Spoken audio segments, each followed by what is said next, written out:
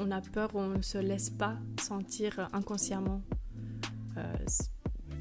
Par exemple, je sais pas moi, le dégoût ou quelque chose est-ce qu'on se bloque et on veut pas le sentir ou on veut pas l'accepter plutôt. Alors le dégoût, typiquement, c'est une émotion qui vient très très facilement, celle-là. Donc il y a pas on n'a pas beaucoup d'inhibition par rapport au dégoût. On a beaucoup d'inhibition par rapport... Oui, donc la réponse est oui, évidemment. On a beaucoup d'inhibition par rapport à deux émotions. Sur des profils non pathologiques, on a des difficultés par rapport à la peur, à la reconnaissance de la peur. C'est-à-dire il y a beaucoup de gens qui vont être dans le contrôle.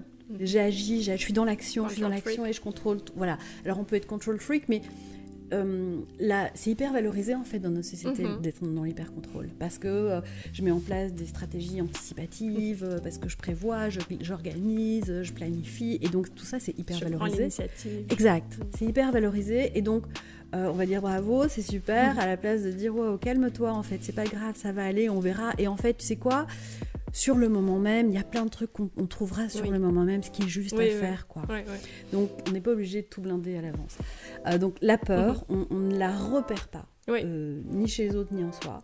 Et la deuxième, c'est la colère. On va avoir tendance à la...